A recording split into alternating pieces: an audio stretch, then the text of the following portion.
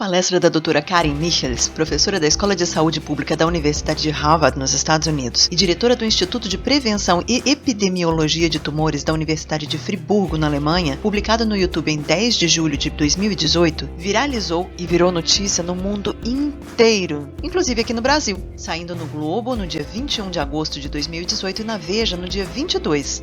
Na palestra intitulada Óleo de Coco e Outros Erros Nutricionais, ela classifica o óleo de coco literalmente como veneno puro. Ela se baseia no alto teor de ácidos graxos saturados presentes nesse óleo, tradicionalmente associados a altos níveis de colesterol e conhecidos como causadores de arteriosclerose, o entupimento das artérias, que pode levar a doenças cardiovasculares como infarto e AVC. Isso depõe contra a vertente da moda, que classifica o óleo de coco como superalimento. Além disso, ela alega que não há pesquisas em humanos avaliando os benefícios e riscos do consumo de óleo de coco. Afinal, onde mora a verdade? O óleo de coco é rico em ácidos graxos de cadeia média, do inglês medium chain fatty acids, também chamados de triglicerídeos de cadeia média. São gorduras saturadas com moléculas de tamanho intermediário, mais fáceis de serem quebradas e absorvidas pelo nosso organismo. Principais triglicerídeos de cadeia média do óleo de coco são o ácido láurico, o ácido caprílico e o ácido cáprico. Ele contém 86 a 91% de gorduras saturadas e desse grupo, 70 a 80% são de ácidos graxos de cadeia média, principalmente ácido láurico. O óleo de coco é de fato uma das fontes mais ricas em gordura saturada. A grande polêmica da ciência hoje é se as gorduras saturadas realmente causam o entupimento das artérias ou se são inofensivas. Então segure as pontas até o final desse vídeo, porque é importante conhecer os dois lados da moeda. Afinal, por que o óleo de coco ganhou a fama de superalimento? Com um sabor delicado, extremamente versátil no uso culinário e hoje amplamente disponível no mercado, o óleo de coco tem, aos olhos dos seus defensores, vários benefícios. Primeiro, ele melhora o metabolismo. Os triglicerídeos de cadeia média são rapidamente absorvidos e, segundo algumas pesquisas, podem aumentar temporariamente a taxa metabólica, ou seja, a quantidade de calorias que você queima. Segundo, gorduras saturadas são estáveis a altas temperaturas, por isso são mais indicadas para cozinhar, ao contrário dos ácidos graxos poliinsaturados encontrados nos óleos vegetais como milho e soja, que são convertidos em compostos tóxicos quando aquecidos e são nocivos para a saúde. Terceiro, ele melhora a função cerebral. Os triglicerídeos de cadeia média se transformam em cetonas quando metabolizados, que podem atuar como uma fonte alternativa de energia para o cérebro. Há estudos indicando benefícios do óleo de coco para distúrbios cerebrais, incluindo epilepsia e doença de Alzheimer. Quarto, ele combate infecções. O óleo de coco virgem tem propriedades antibacterianas, podendo ajudar a combater infecções. Um estudo descobriu que ele ajuda, por exemplo, a parar o crescimento da bactéria intestinal Clostridium difficile, responsável por causar diarreia grave. Quinto, ele aumenta o colesterol bom, o HDL. Pesquisas feitas com mulheres com obesidade abdominal mostraram que aquelas que consumiram óleo de coco tiveram um aumento do HDL, enquanto as que consumiram óleo de soja apresentaram uma diminuição no HDL. Mas devemos fazer uma ressalva aqui que os triglicerídeos de cadeia média do óleo de coco aumentam o colesterol como um todo, não só o HDL, e por isso falaremos mais daqui a pouco sobre isso, ok? Sexto, ele reduz a gordura visceral. A gente tem dois tipos de gordura na região da barriga. A gordura subcutânea, que fica logo abaixo da camada mais externa da pele, por cima dos músculos abdominais. Ela é a famosa pochete, que você pode beliscar com os dedos. Já a gordura visceral está localizada entre os órgãos da cavidade abdominal. Você pode não achar a pochetinha lá muito bonita, mas a vilã para a nossa saúde é a gordura visceral. Ela desencadeia vários processos negativos no nosso corpo, gerando uma inflamação crônica, podendo levar a um aumento de pressão arterial, diminuição da sensibilidade à insulina e aumento das triglicérides no sangue. Resultado disso, a médio e longo prazo, podem ser arteriosclerose, diabetes, doenças cardiovasculares, entre outros problemas de saúde. Homens e mulheres após a menopausa tendem a ter mais gordura visceral. Estudos demonstraram que homens e mulheres obesos que substituíram o óleo de soja por óleo de coco numa dieta perderam mais gordura da barriga, ou seja, tiveram uma redução maior de circunferência abdominal do que o grupo que consumiu óleo de soja. Os que mais se beneficiam dessa perda de gordura abdominal são os homens. Sétimo, ele diminui a sensação de fome. Os triglicerídeos de cadeia média promovem saciedade, reduzindo com isso a sensação de fome. Assim, fica mais fácil reduzir espontaneamente a ingestão de calorias. Oitavo, ele combate a candidíase, infecção fúngica típica de áreas quentes e úmidas do corpo, como a boca ou a vagina. Numa pesquisa realizada na Ladoke Akintola University of Technology, na Nigéria, em 2009, publicada no Journal of Medical Food, revista acadêmica de alimentação clínica, foi comparada a suscetibilidade de diferentes espécies de cândida ao óleo de coco e ao fluconazol, antimicótico típico usado em casos de candidíase. Apesar de os testes terem sido feitos só in vitro, os resultados foram bastante animadores. A suscetibilidade da Candida albicans, principal espécie responsável pela candidíase, ao óleo de coco é altíssima. Conclusão da pesquisa é que o óleo de coco pode ser um tratamento alternativo interessante para infecções fúngicas, em especial se considerarmos a proliferação de espécies de cândida resistentes à medicação convencional, valendo tanto via oral quanto em uso tópico. Nono, ele reduz a inflamação. Diversos estudos em animais mostraram que a ingestão de óleo de coco reduz marcadores de estresse oxidativo e tem efeito anti-inflamatório.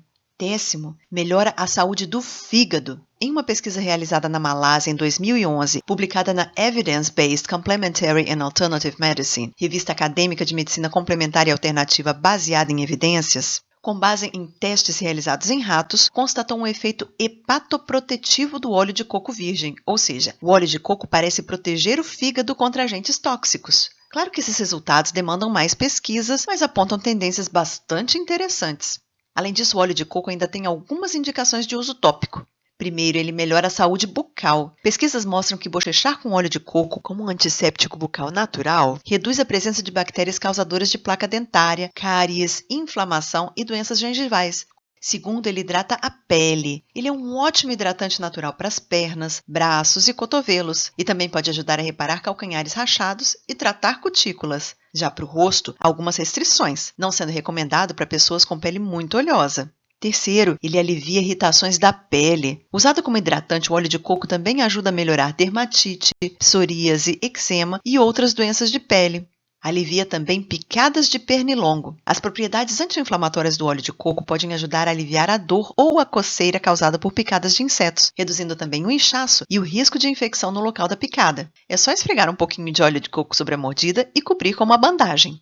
Quinto, ele ajuda na cicatrização de feridas. Estudos feitos em ratos cujas feridas foram tratadas com óleo de coco mostraram redução dos marcadores inflamatórios e aumento da produção de colágeno, um componente importante da pele. Como resultado, as feridas foram curadas muito mais rápido. A recomendação para acelerar a cicatrização de pequenos cortes ou arranhões é aplicar um pouco de óleo de coco diretamente na ferida e cobrir com uma bandagem.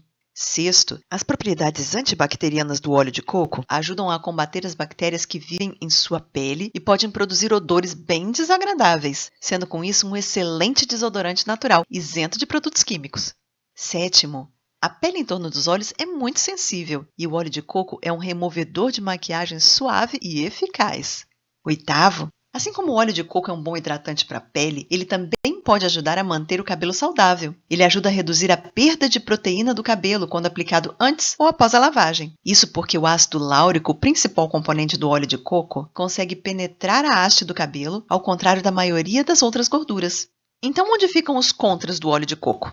Segundo a doutora Karen Michels, a geradora dessa nova polêmica sobre o óleo de coco, a prova cabal para incriminar o óleo de coco é sua alta concentração de gorduras saturadas, tradicionais vilãs relacionadas ao aumento do colesterol ruim e do risco de doenças cardiovasculares.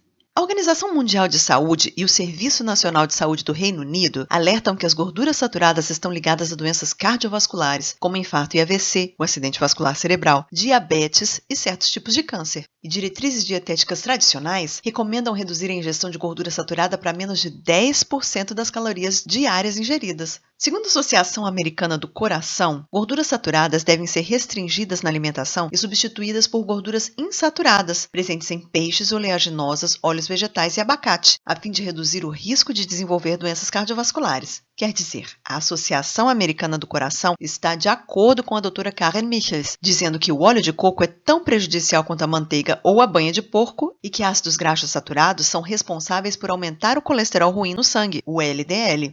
Mas antes de demonizarmos as gorduras saturadas, temos que entender que a medicina é dinâmica e o processo de pesquisas constantemente quebra dogmas do passado. Às vezes não nos damos conta dos pequenos avanços, mas quando olhamos para a medicina de um século atrás, o nível de conhecimento de certas doenças, o que era considerado causa de quê e como eram os tratamentos, nos chocamos com o que era tomado como verdade antigamente. Entre as décadas de 20 e 50, por exemplo, médicos receitavam fumar. Até grávidas eram orientadas por médicos a fumar para tratar a constipação. Isso só para exemplificar a evolução da medicina e estimular você a se abrir a novas descobertas que mudam paradigmas. Estamos nos referindo aqui à chamada medicina baseada em evidências, que quer dizer que vale aquilo que, com o devido rigor, foi comprovado cientificamente. Mas voltando às nossas gorduras saturadas, pesquisas recentes levantaram questionamentos sobre as evidências científicas que vinculam gorduras saturadas a doenças cardiovasculares e doenças cardiovasculares ao colesterol elevado. Só para citar algumas. Uma pesquisa realizada em Oakland, na Califórnia, e publicada no American Journal of Clinical Nutrition, revista acadêmica americana de nutrição clínica, em 2010, fez uma meta-análise, ou seja, combinou os resultados de vários estudos para obter um resultado estatisticamente mais significativo. Esse estudo reuniu com isso resultados da análise de 347.747 pessoas, e a conclusão foi que houve evidências significativas associando o consumo de gorduras saturadas a um maior risco de doenças cardiovasculares.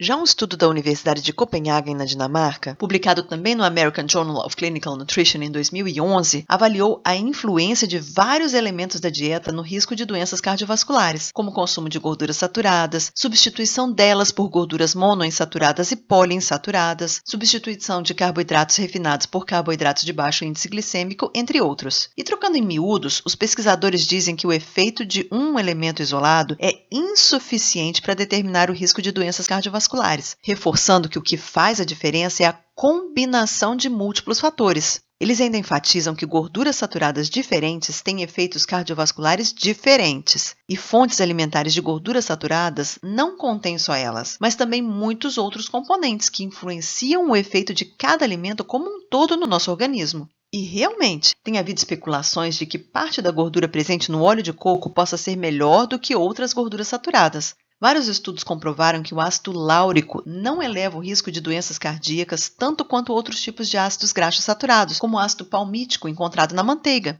Mas até agora não há pesquisa de boa qualidade suficiente para nos fornecer uma resposta definitiva. Além disso, é importante ressaltar. Lembra que falamos que os triglicerídeos de cadeia média aumentam o colesterol como um todo? Pois é, o ácido láurico é o principal deles e deve ser consumido com moderação, porque eleva não só o colesterol bom, o HDL, mas também o colesterol ruim, o LDL. Mas calma lá, a questão ainda não foi fechada. Alguns resultados de pesquisa puxam mais para um lado, mostrando que as gorduras saturadas não são tão vilãs como acreditávamos, e outros para o outro, mostrando efeitos adversos delas ainda.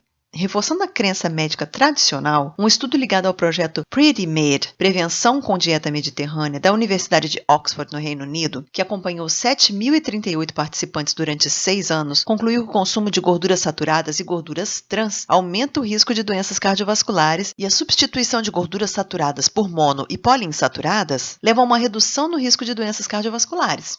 Já uma meta-análise realizada numa cooperação entre pesquisadores da Suécia, Estados Unidos, Japão, Irlanda, Inglaterra e Itália, avaliando no total 68.094 pessoas acima de 60 anos, publicada na revista médica britânica British Medical Journal em 2016, encontrou uma relação inversa entre os níveis de colesterol ruim, o LDL, e a mortalidade cardiovascular, indo então contra a hipótese assumida na medicina atual de que o colesterol ruim aumenta o risco cardiovascular. Você já começa a ver que as discussões científicas andam acaloradas, né? Com relação ao óleo de coco especificamente, tem estudos? O que a comunidade acadêmica alega é que os estudos sobre os efeitos específicos do óleo de coco ainda são escassos e controversos. Há poucos estudos sobre os efeitos do óleo de coco sobre o perfil lipídico e, principalmente, poucos estudos em humanos, em especial estudos com amostragens maiores, ou seja, um número representativo de participantes e com acompanhamento de mais longo prazo. Uma pesquisa realizada em Düsseldorf, na Alemanha, em 2011, publicada no The American Journal of Clinical Nutrition, revista acadêmica americana de nutrição clínica, suplementou triglicerídeos de cadeia média em ratos durante 1 ano, e o resultado dessa dosagem alta da suplementação não foi legal. A gordura visceral aumentou, os riscos de triglicerídeos aumentaram, os ácidos graxos poliinsaturados baixaram, houve acúmulo de gordura no fígado e o estresse oxidativo, ou seja, os danos causados por radicais livres, aumentou. Conclusão foi que, ao invés de proteger contra doenças cardiovasculares, a suplementação dos triglicerídeos de cadeia média resultou num quadro com tendência à doença hepática gordurosa não alcoólica e síndrome metabólica. Em 2015, pesquisadoras da Nova Zelândia e Austrália realizaram uma meta-análise publicada no Journal of the Academy of Nutrition and Dietetics, revista acadêmica americana de nutrição e dieta. Os estudos englobados nessa análise totalizavam 749 participantes e mostraram que triglicerídeos de cadeia média reduziram peso corporal, circunferência de cintura e quadril, percentual total de gordura corporal e tanto a gordura subcutânea como a visceral. Não houve alterações significativas no perfil lipídico, mas as autoras reconheceram que as informações disponíveis muitas vezes não eram suficientes para uma avaliação de qualidade. Identificaram parcialidade de cunho comercial em certos estudos e ressaltaram o problema das diferenças de design entre as pesquisas, por exemplo, no que diz respeito à duração da intervenção, dosagens e controle da ingestão calórica. Por isso, elas concluíram que, apesar de triglicerídeos de cadeia média potencialmente induzirem um emagrecimento sem efeitos adversos ao perfil lipídico, estudos com amostragem maior e design rigoroso ainda são necessários para confirmar a eficácia, avaliar os riscos e determinar a dosagem segura. Uma outra meta-análise realizada em 2016 na Nova Zelândia, com resultados publicados na Nutrition Reviews, revista acadêmica britânica de nutrição, até buscou reunir pesquisas sobre os efeitos do consumo de óleo de coco no risco cardiovascular. Foram analisados resultados de pesquisas realizadas na Nova Zelândia, Sri Lanka, Malásia e Estados Unidos, mas todas essas pesquisas trabalharam com um número pequeno de participantes, variando entre 9 e 83 participantes por estudo e totalizando, todas as pesquisas juntas, só 304 pessoas. Os resultados mostraram que o óleo de coco eleva mais o LDL que os óleos vegetais poliinsaturados, mas menos que a manteiga, por exemplo. Muitos estudos não avaliaram a relação entre o colesterol total e o colesterol bom, o HDL. O consumo do óleo de coco não levou a efeitos cardiovasculares prejudiciais, mas os autores advertem que, devido às grandes diferenças dos padrões alimentares entre populações orientais e ocidentais, os resultados não podem ser generalizados. De qualquer forma, os resultados sugerem ser benéfico para a saúde cardiovascular substituir o óleo de coco por óleos vegetais poliinsaturados. Por fim, não poderíamos deixar de mencionar um estudo realizado em Alagoas, aqui no Brasil, em 2009, publicado na revista acadêmica americana Lipids. Os pesquisadores realizaram um estudo clínico randomizado duplo cego com 40 mulheres entre 20 e 40 anos com obesidade abdominal, ou seja, circunferência de cintura superior a 88 centímetros. As participantes foram divididas em dois grupos. Um consumiu diariamente 30 ml de óleo de coco e o outro 30 ml de óleo de soja durante 12 semanas. Todas as participantes foram orientadas a seguir uma dieta hipocalórica e caminhar 50 minutos diariamente. Antes da intervenção, os dois grupos tinham características bioquímicas e antropométricas similares, ou seja, as taxas no sangue e as medidas corporais eram similares. Após a intervenção, o grupo que consumiu óleo de coco apresentou níveis mais altos de HDL, o colesterol bom, e redução na relação LDL-HDL, ou seja, o colesterol bom, o HDL, ganhou força em relação ao colesterol ruim, o LDL. Já o grupo do óleo de soja apresentou aumento do colesterol total, do colesterol ruim, o LDL, e da relação LDL-HDL, enquanto que o HDL, o colesterol bom, baixou. A perda de peso foi igual nos dois grupos, mas só o grupo de óleo de coco teve perda de gordura abdominal. A conclusão foi que o óleo de coco potencialmente promove redução da gordura abdominal sem alterar negativamente o perfil lipídico, mas não podemos deixar de reforçar. A amostragem da pesquisa com 40 participantes foi pequena e o acompanhamento por 12 semanas ainda é classificado como curto prazo. E agora deu nó. Em que ou em quem acreditar então? Uma tendência nas pesquisas sobre o óleo de coco já começa a se cristalizar. Suplementos de óleo de coco que levam ao consumo em grande quantidade têm efeito desfavorável, tendendo a elevar o colesterol total, o LDL, o colesterol ruim, e a insulina, além de ainda não haver evidências suficientes de que ele ajude a emagrecer. Os benefícios são desconhecidos e os riscos ainda não foram apurados. Segundo a Fundação Britânica de Nutrição, o óleo de coco, quando consumido em grandes quantidades, como em suplementos, faz mal. Então, consumido em grandes quantidades em suplementos, como Santo Milagreiro e Salvador da Pátria para o emagrecimento fácil, o óleo de coco tende sim a se transformar em vilão. Mas o consumo moderado mostrou-se benéfico. Segundo o endocrinologista Alexandre Houle e o médico ortomolecular Dayan Siebra, consumido moderadamente no contexto de uma dieta balanceada e variada, o óleo de coco pode ser nosso aliado, trazendo benefícios. Verdade que podemos afirmar de um modo geral, então, sempre que nomearem um santo milagreiro uma panaceia do tipo Bombril 1001 utilidades, desconfie. Não existe alimento completo que resolva problemas, sejam eles quais forem, isoladamente. Assim como problemas têm fundo multifatorial, ou seja, são gerados por múltiplas causas e não uma única, também as soluções precisam conciliar vários elementos. E além disso, a alimentação boa é alimentação diversificada e balanceada. Olhem só como a máxima de Paracelso, médico do século XVI, se mantém tão verdadeira. A diferença entre o remédio e o veneno é a dose.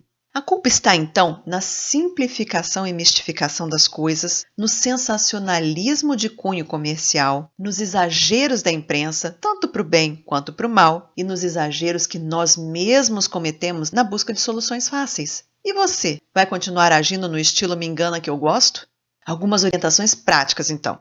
Antes de mais nada, toda a polêmica está em torno do uso do óleo de coco na alimentação. Nada contra seu uso tópico, que no máximo não trará efeito nenhum, mas não será prejudicial. Então, com relação à alimentação, é interessante sim restringir o consumo de gorduras saturadas, substituindo na medida do possível por gorduras monoinsaturadas, como o azeite de oliva extra virgem, e poliinsaturadas, como oleaginosas e os óleos feitos à base delas, bem como as gorduras contidas em peixes, em especial os de águas marinhas frias e profundas, como salmão, sardinha, atum, arenque, cavala e truta.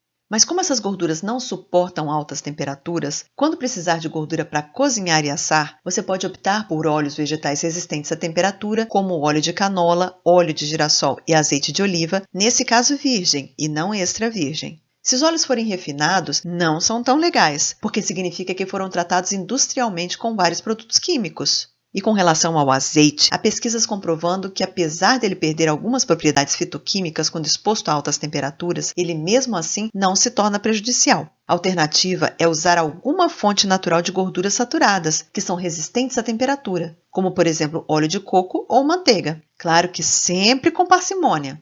É importante ressaltar também, antes de demonizar fontes naturais de gordura saturada, muito pior que ela é a gordura trans, que é a gordura que a indústria transforma em saturada a partir de óleos vegetais que na natureza são insaturados. Dentro da normalidade, sem exageros, nosso organismo sabe lidar com aquilo que está disponível na natureza. Já o que a indústria criou e não existia naturalmente, é difícil do nosso organismo entender e processar. As moléculas de gorduras saturadas naturais têm uma configuração chamada cis. E as das moléculas de gordura saturada provenientes da indústria têm uma configuração trans, são as gorduras trans. Duas moléculas, uma natural e a outra trans, podem ser compostas pelos mesmos tipos e quantidades de átomos, mas a disposição deles na molécula, que é o que difere entre a configuração natural, cis, e a artificial, trans, faz toda a diferença na forma como a molécula se comporta. Não está acreditando? Podemos comparar a diferença que a organização logística dos funcionários de uma linha de produção faz para o rendimento do trabalho numa empresa. Dispor os mesmos funcionários de forma diferente no espaço físico disponível vai sim impactar no quanto o trabalho deles rende. Trocando em miúdos, então, gorduras trans sim são veneno. Já com gorduras saturadas naturais, desde que em pequenas quantidades, seu organismo vai saber lidar. O X da questão é a dose. Fuja dos exageros. Além disso, vale caprichar nas fibras alimentares, que restringem a absorção de gorduras no trato digestivo.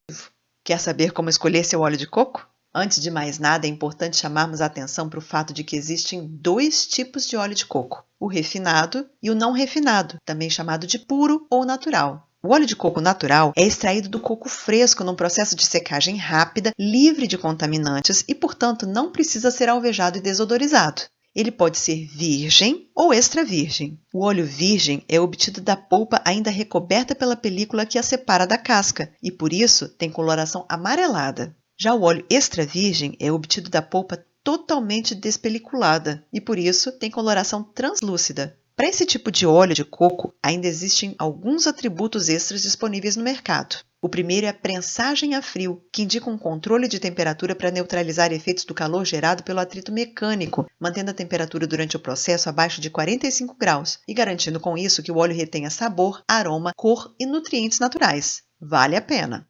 Outro é o silo orgânico. Refere-se ao cultivo livre de pesticidas, mas devemos considerar que o coco é menos vulnerável à contaminação do seu interior com resíduos de pesticidas devido à sua casca hermética. Por isso, uma produção orgânica de coco vale mais pela redução do impacto ambiental do que pela diferença que ela traz na qualidade do produto em si. Por isso, o selo orgânico é dispensável, ao menos como determinante da qualidade do produto. Outro é o selo premium. Segundo especialistas, ele diz mais a respeito do preço, superior à média, do que a qualidade superior, principalmente pela carência muitas vezes de testes comparativos imparciais. Por isso, ele é dispensável.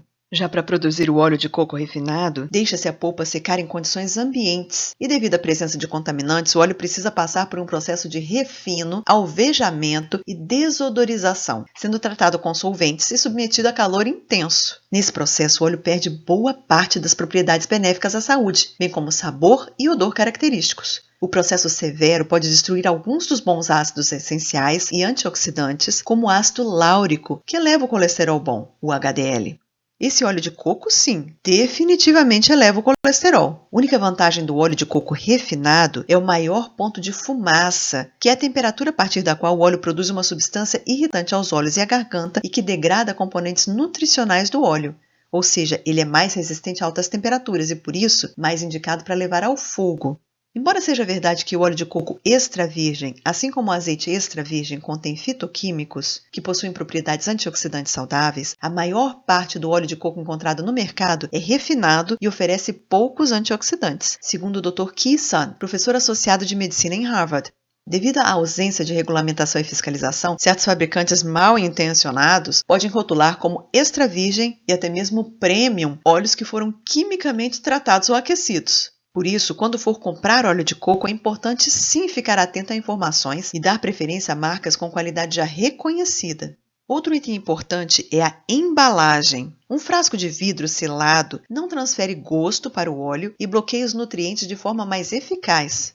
Já óleos de coco vendidos em plástico são normalmente produzidos em massa e com qualidade inferior. Não estão bem selados, eliminando com isso elementos-chave. No momento em que reunimos as informações para fazer esse vídeo, as marcas melhor avaliadas pelo site Saúde Lab foram De Coco, Copra, Apis Flora e Unilife. Se você estiver assistindo a esse vídeo bem depois da data em que lançamos, não deixe de fazer uma pesquisa no Google por comparativo de marcas de óleo de coco. Nós, da Alma do Corpo, não recebemos nenhum benefício de qualquer uma dessas empresas para estarmos te passando essas informações. Elas são baseadas nas nossas pesquisas e têm o único intuito de ajudar você a fazer melhores escolhas. Não garantimos que só as marcas mencionadas aqui sejam de qualidade garantida. O número de fabricantes de óleo de coco disponíveis no mercado é grande. Mas uma dica é verificar se o fabricante que está te oferecendo o óleo de coco tem um laudo de qualidade para disponibilizar aos interessados.